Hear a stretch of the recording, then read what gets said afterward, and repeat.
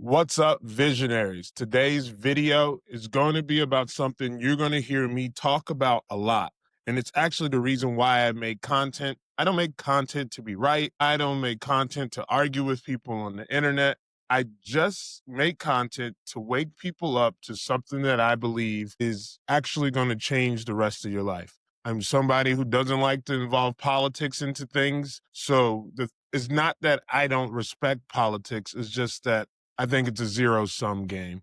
And then it's just political theater. The world's a stage, and politics is how they get most people to stay in line and judge their peers. If you're somebody who just wants to make some money, this video is going to tell you something that why you should be someone who's trying to acquire assets. This thing is known as the Cantillon Effect. You're going to hear me say this a lot of times. And as you can see, I'm sharing a page from Truth Social. And I always like to say in my videos, if you're somebody who's interested in the markets in any way, as long as Donald Trump is president, you need to have Truth Social as an app download and turn on the notifications. What this guy has control over, he is controlling the markets. Well, he's just not, I don't know if he's controlling the markets. I don't want to say that because it's going to invite a conversation that I don't care to have. He is a big player in the market. He is the leader of the free world. He is the president of the United States of America. And this is his preferred source of communication, whether you like it or not. So I want to also add in that one of the most important things that I believe that many of you need to understand is that you need to focus on getting a hold of assets. The reason why I talk about cryptocurrency and specifically Bitcoin and Ethereum and the tier one assets is because digital assets are the most accessible assets that you can have as we go through this digital transformation known as the Great Reset. Now, one of the things that I want to drive home the most is if you're negative, be negative. But if you're somebody who wants to look at something, I'm not saying you can't have objective opinions or not. If you're somebody who wants to actually win, and I believe that this is the greatest wealth transfer of our lifetime. And no, this doesn't mean you're going to make $1 million next month. It doesn't mean you're going to make $1 million in a year.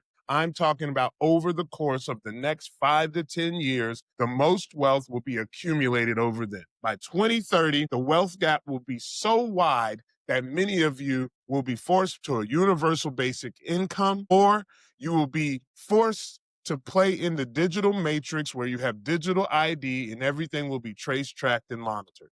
How do you avoid this, you say?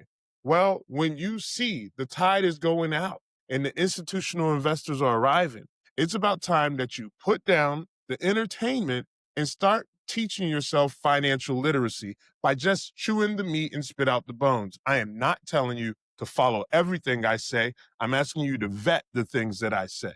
So with that being said, that's the introduction. Let's get into the Cantillon Effect, all right? So as you can see, Trump posted on Truth Social all the money left over from $2,000 payments made to low and middle income USA citizens from the massive tariff income pouring into our country from foreign countries, which will be substantial, will be used to substantially pay down national debt. Thank you for your attention to this matter. President Donald J. Trump. All right. So now, what does that mean? He's saying that we're going to have $2,000 dividend paid from what America has made over the course of this whole tariff thing. So when you think about that, what I want you guys to understand is that whether you want to call it a dividend or anything else, this is nothing more than printing money into the market. Because when you give low and middle income U.S. citizens money, what do you think they're going to do with it? They're going to spend it. Now, I know what he says sounds patriotic. We'll use the leftover money to pay the debt, but let's talk about what it really means. Because every time you hear money being distributed to the people, the rich already heard liquidity is about to flow. And that's exactly what the Cantillon Effect is going to drive home for you. So now I'm going to tell you the real game behind the money printer. All right. As you can see here, the Federal Reserve doesn't just create money evenly, it creates it strategically. When new money enters the system, it first touches banks, corporations, and politically connected institutions before it ever touches your wallet. By the time that you're going to get that $2,000 check or a wage increase, inflation has already done its job. Prices have adjusted and your purchasing power is weakened. That's not a glitch in the system. That system is the Cantillon effect in action. So now I want to show you something.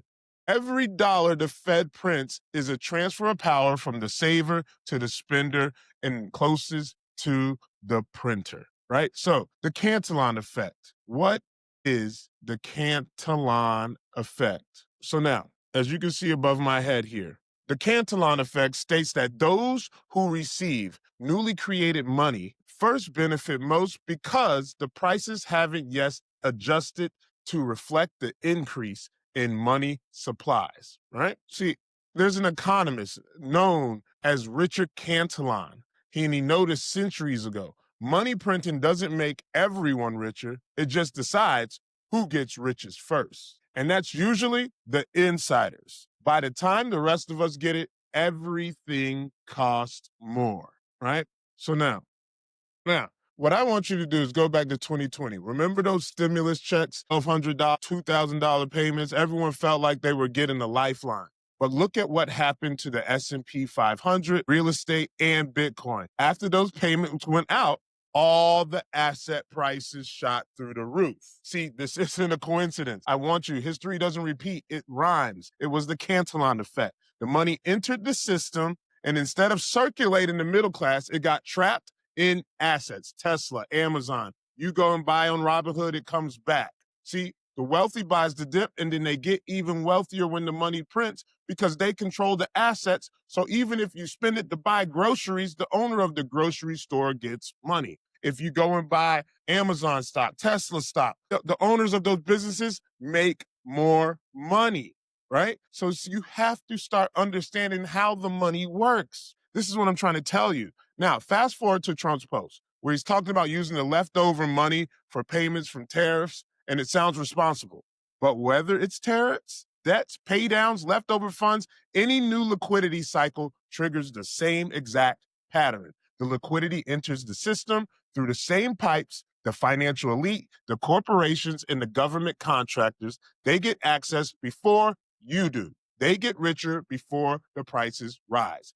That is the Cantillon hierarchy, and you're at the bottom unless you own assets that move with inflation. See, I don't think we're actually going to get it. See, as you can see here on Polymarket is a trading, right? It shows they're betting low odds that it actually even happens. See, the market doesn't need the reality to move, though. It's just the narrative. And if people believe liquidity is coming, the asset prices will start moving. That's why crypto often rallies before the check ever clears, because you're trying to buy the rumor and sell the news. So now, I want to let you guys know why I bring this up for the visionaries. Because if you can't be close to the money printer, get close to the assets that react to it. That's why I talk about Bitcoin and Ethereum are the easiest digital proof of the system in motion. They're scarce, programmable, borderless, and they react instantly to liquidity shifts. When new money enters the economy, the charts don't lie. Bitcoin moves first. So you can either keep saving in dollars that lose power every year, or stack the assets that grow faster than inflation can steal from you. That's why you stack conviction, and that's why I want you to build in the fourth industrial revolution. So now I'm going to go into this next section where we're going to talk about the power of money. All right. So now this section is about, I want you to just to hear what the Federal Reserve says about money, right? And then so this is the Federal Reserve Bank of St. Louis, the power of money. See, money is obviously a vital part of an economy because it allows trade to occur more efficiently. Governments have a great power that no one else in the economy has, the ability to print money. Thus, the government can acquire more goods by printing more money, a process known as seigniorage. This power, however, brings with it a dangerous temptation. Imagine that you had this power. Just think what you can do with it. You can live a great life, feed the hungry, and house the homeless. And all of this can be achieved simply by printing more money. See, this sounds wonderful. How can it be dangerous? This is the part that I want you guys to understand. This is why I want you to start understanding that even talking about Ponzi schemes and all, like, just because something is new, it's easy to hate. A lot of you guys do not even understand the current financial system. Why do you think they call it the 1%? I want you guys to think about what 1% at the top looks like and 99 at the bottom. You can call it a pyramid scheme, a Ponzi scheme, whatever you want. Your current financial system is the same thing. I won't even argue it. I'm just saying that you better get with it and start understanding how this game is played. No one cares. No one's coming to save you. And you can't be mad at me for saying it. Well, you can. And you're allowed to be angry at me. But I'm not the one who's making your life miserable.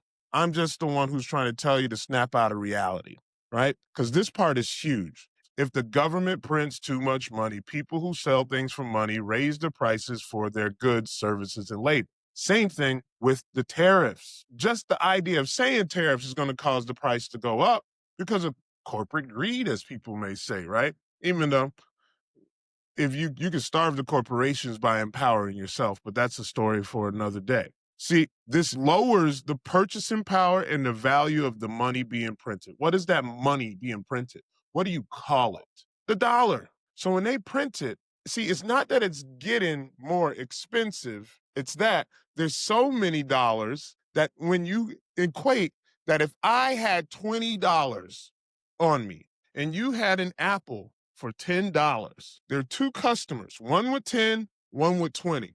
We both wanted the apple. If I wanted that apple bad enough and gave you $20 for it, the person who has apples now decided that apples are now worth $20, right? And you can say supply and demand, whether people don't buy. If you want to understand how important consumer demand is, I want you to see how people, when the tariffs first came about, how people were talking about, like, this is a controversial take. When the first tariff announcement came out, everybody was protectionist and trade economists, right? Everybody was like, who has to pay more if you raise the taxes? Well, it falls on the consumer. It's absolutely true. And I'm not going to deny that. That is exactly what's happening there. But what I want you to understand, right, is that what also happens here is that the purchasing power, when consumers want demand to buy stuff, all you have to do is not buy. You want to stop corporate greed? Don't buy. Don't buy. See, but we've been programmed. America has leverage with China because everyone here, we love buying stuff. Our whole life is based on buying stuff, not just survival. Our happiness, like our happiness is largely dependent on the things we can buy. There's people who have no gratitude, who don't realize that every single day you have more than someone else and it's not enough for you. We all can give a little, take a little. But now let's get back into this, right? If the government prints too much money, the money becomes worthless. This is from the Federal Reserve. I'm going to go back to that again. I'm going to start from the top. This is the Federal Reserve Bank of St. Louis talking about the power of money in 2010, right? If the government prints too much money, people who sell things for money raise the prices for their goods, services, and labor. This lowers the purchasing power and the value of the money being printed. In fact, if the government prints too much money, the money becomes worthless. See, everyone thinks it's just funny to say when people in Bitcoin maxis tell you that the real shitcoin is the dollar. See, a lot of people don't realize that. See, it's it's like we have seen many governments give into this temptation, and the result is hyperinflation.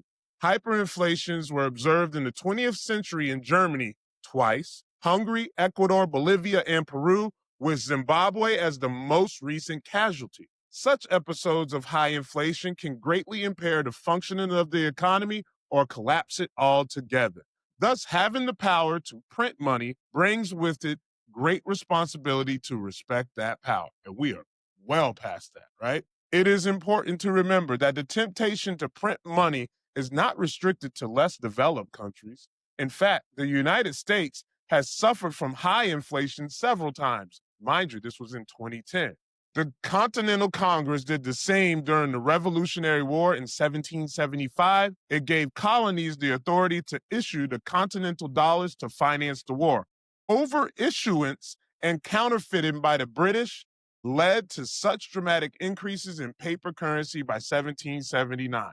Now, let me tell you, if there's anything that's a Bitcoin white paper, this article is right here. Now, once you start learning more about Bitcoin, that's why I try to tell you guys, you can sit there and you can buy XRP if you want. You can sit there and play the game on trying to support the centralized bank and making digital currencies. See, the reason why they're not embracing Bitcoin, is because you can't stop Bitcoin. See, the central banks know that if we were to use Bitcoin, like, I don't care who Satoshi Nakamoto is. It's just as well as you don't know who the members of Congress were that created the dollar. You don't know that. You can go read in the book what someone tells you. You could do a quick Google search, but you were never told that. You were never educated on these things, but yet you feel so convicted that you can give criticism to something that you actually have a better chance at understanding the rest of the financial. That's the thing about Bitcoin that gave me the most, not the dollars that you can get when you sell it. It was the fact that I started understanding how the financial infrastructure of a centralized economy works. That is the greatest gift that Bitcoin gave me. And that's what I want you guys to start realizing is understanding money, not doing it with these posture, pick-a-pony politics or like these institutions who you guys are all reading the same books that were published by the central bank. The central bank that is making poor people even more poor with overdraft fees. See, you're criticizing, we don't know who Satoshi Nakamoto is. What happens when the quantum computing gets here? Wells Fargo was fudging the numbers and giving inconsistent rates to certain demographics of people. Bank of America did the same thing. A lot of you guys don't even interact to investigate, right? So I always say investigate through interaction. This is what I want you to understand is that even when you buy some cryptocurrency, take a small amount, take some profits one time. When you get 20 to 30, 50%, take the 50%. Use the 50% return you got, and I want you to take that money, go to a decentralized protocol, and take that free money, and I want you to figure out, is XRP really fast? Is Avalanche fast? Is Solana fast? Because you don't know that if you're just buying it on crypto.com, OKX, buying it on Coinbase, buying it on Binance, and you're staying on these centralized exchanges. If someone's going to tell you something's fast and scalable, find out yourself. Try to use Ethereum at the height of the market when everyone else is on it on the decentralized protocol to find out how expensive the fees truly are. And then just think about what Coinbase does when the fees are high. And then you also have to pay the Coinbase fee or pay them monthly for Coinbase One. Now, I know I tell all you guys to get Coinbase because many of you aren't ready to do it the decentralized way. You guys only see the ones in zeros. Well, guys, this video is going a lot longer than I wanted it to. So I'm going to wrap this up. So again, I'm going to close with the Cantillon Effect.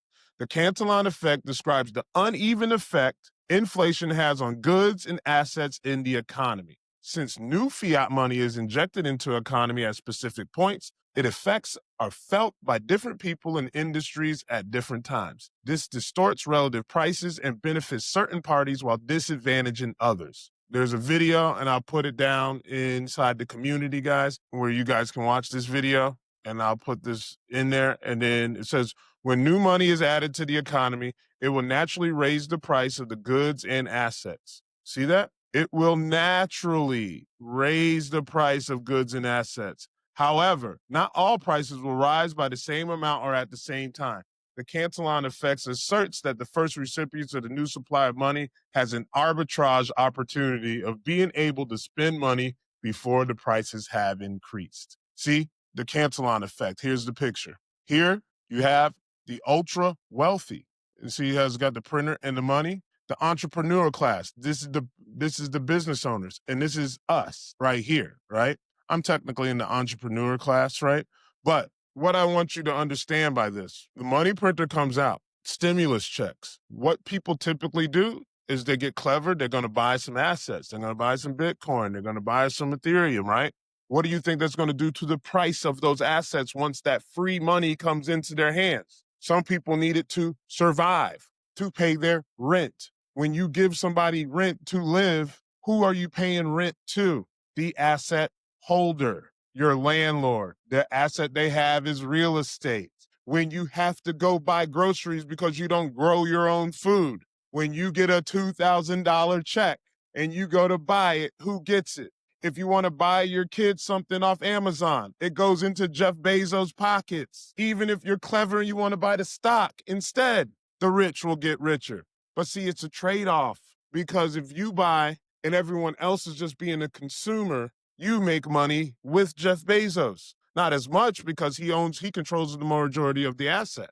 Well, the shareholders do. But anyways, guys, that was in closing, and I hope you guys have a great day.